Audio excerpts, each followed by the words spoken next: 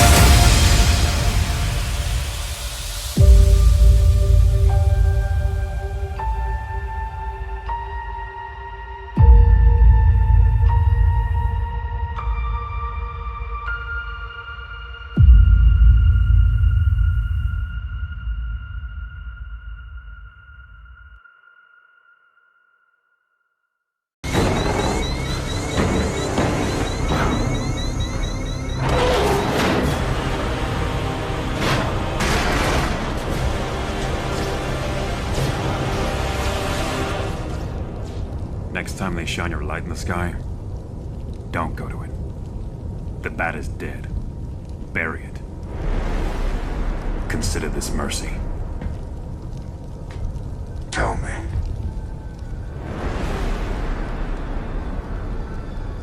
Do you bleed?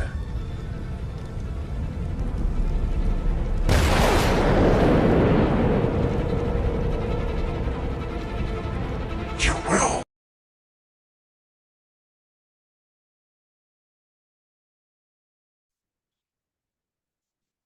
Welcome to another edition of my classic Comic Talk, and this is where we discuss comics, anime, CBMs, and whatnot.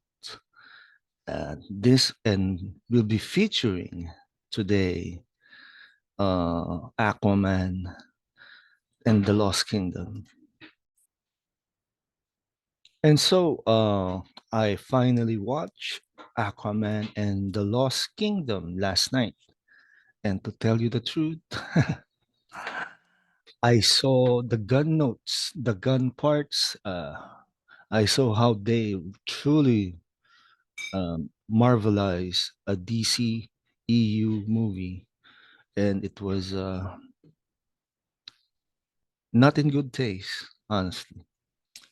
The movie started off hilariously, and from then you'll notice that it was not uh, a DC movie. It's a mixture, the last straw for what DC was grasping for. It's not fun to see. And okay, Jason Momoa played himself, the biker bully or what. Then they really press Patrick Wilson to in his portrayal of Orm. They really press him to play the straight Aquaman type, since compared to the first movie, and it was really goofy. The terms goofy, wacky. One of the good spots there was Amber Heard still plays Mira, although her scenes were uh, disconnected with the themes, and uh, it's it's typical MCU style of writing, and although the effects were so good, or not so good, it's subpar compared to the first Aquaman. Somehow, uh, it it's cheap.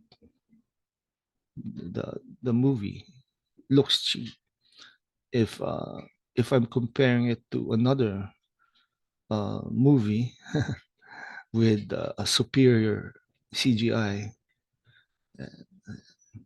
They tried to do a Star Wars effect. They tried to do. They failed in simply following Man of Steel. Actually, the effects are similar to Blue Beetle, similar to Flash somehow. And it's really tiring to see this, how they made Aquaman into a laughing stock again. So the one scene, actually there were two scenes where Orm ate the cockroach. One is from when they landed on the island, and the next one was the mid-credit scene. But to those who like the movie, yeah, I can understand you. It was hilarious, but it's not my cup of tea. So if I if I was to rate this movie from 1 to 5, I rate it as a 2.5. Yeah, it's not my taste, and a poor send-off for the DCEU. Here's hoping that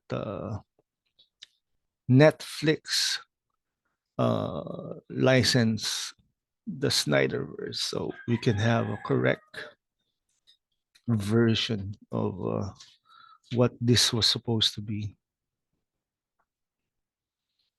It's what all too subpar. You see this all the time at the level of a top producer who, between them or separately, will make flop after flop after flop after flop. I'm not going to name them, but I know who they are. And they're not all American either. And they still get paid huge sums of money for being in films that nobody wants to see. And producers make pictures out of which they take enormous sums of money. And the films, again, are not films people want to see. They're always going to blame somebody else. Always. Not their fault. No, you were the one who said, or whatever. And there's a word for that. It's called upward failure. You see it all the time. So here's a review for Aquaman and the Lost Kingdom from RogerEbert.com. Wait, let's just share the screen. Okay.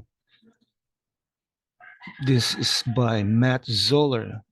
Zets from last year, December 21.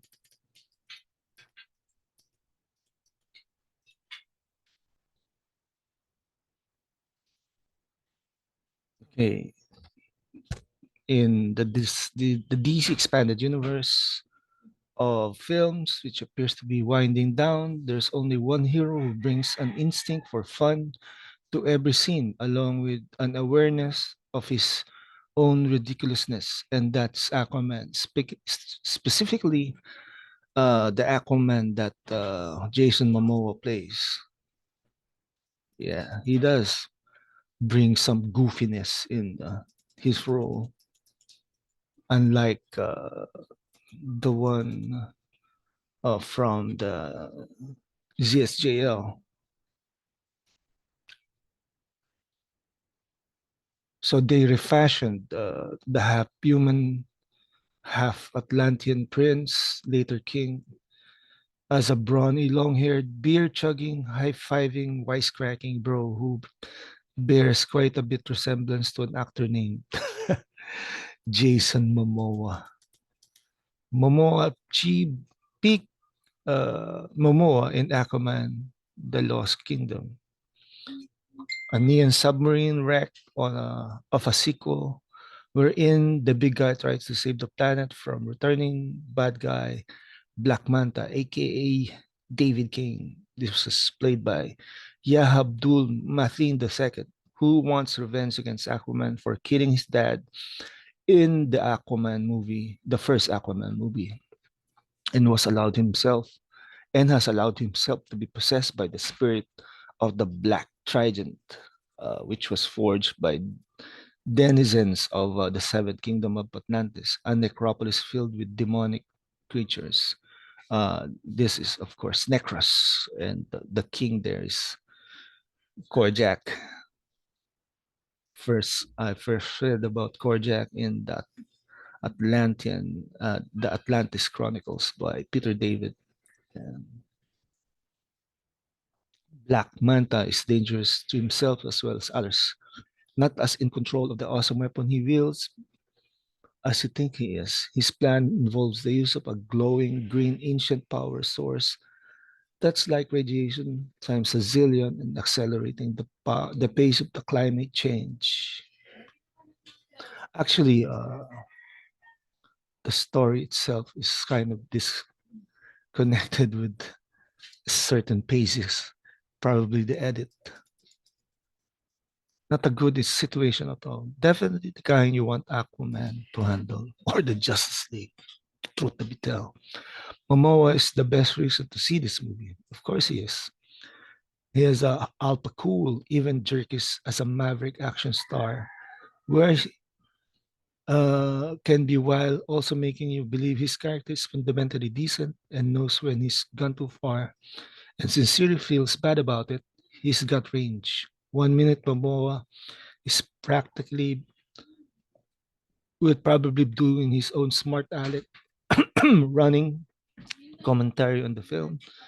Is it and the next he'll weep bitter tears or scream out in anguish or vengeful fury over some dastardly action by a bad guy as he's acting in a silent movie melodrama with title cards. Well, that's a positive note. And it all works. The self-awareness never becomes self-conscious or putting off. Rather than give viewers emotional whiplash, Momoa leads them to the next place or mode in a way that makes it feel as if it's all a piece.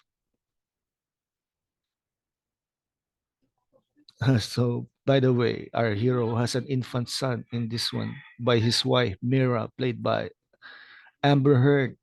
And there are Pixar style, obvious, but can't miss jokes about the kid keeping the parents up all night. Momoa's movie star bonafide as confirmed by the belly laughs that he gets from the baby. Yeah, like pissing straight to his mouth. The second best reason to see the film is Momoa's chemistry with his co-star, Patrick Wilson, returning as Arthur's half-brother Orm, Marius, aka the Ocean Master, the deposed would-be king of Atlantis and Arthur's chief rival in the first movie. Wilson seems to have been warped into contemporary Hollywood from a much earlier decade. He has a Van Helsing quality in this one. Matt type for the benefit of any oldster and Wikipedia consulter, so might be reading. He is as dry in this role as a man playing an ocean-dwelling humanoid could be. He plays Orm not just as a guy who is never in on the joke, but doesn't seems to know what jokes are that makes him the perfect foil for Momoa's Arthur Curry, who refers to Orm as little brother, despite little brother's repeated attempts to destroy him in the last film. The messes with messes with his head as only a big brother can. Arthur is never more infuriating to Orm than when he's barreling through life, crashing and smashing his way past the obstacles, somehow coming out unscratched and grinning at Orm as he had a plan the whole time. So this is directed by James Wan and written by David Leslie Johnson McGoldrick, yeah, yeah, who wrote the first Aquaman and two Conjuring sequels.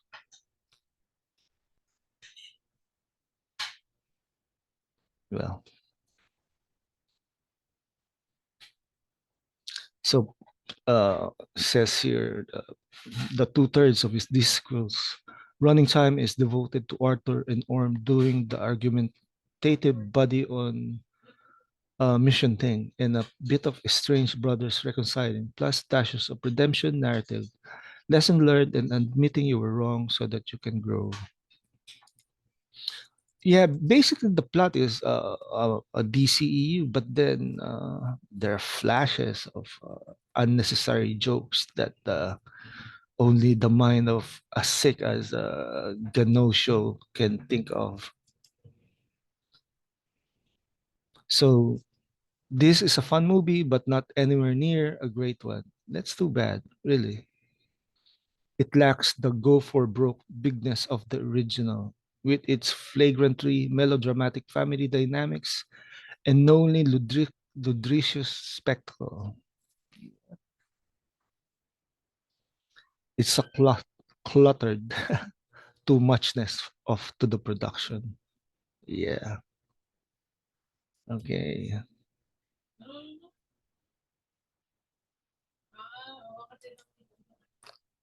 Well, this this was a hilarious train wreck actually. CGI is actually poor, and that's it.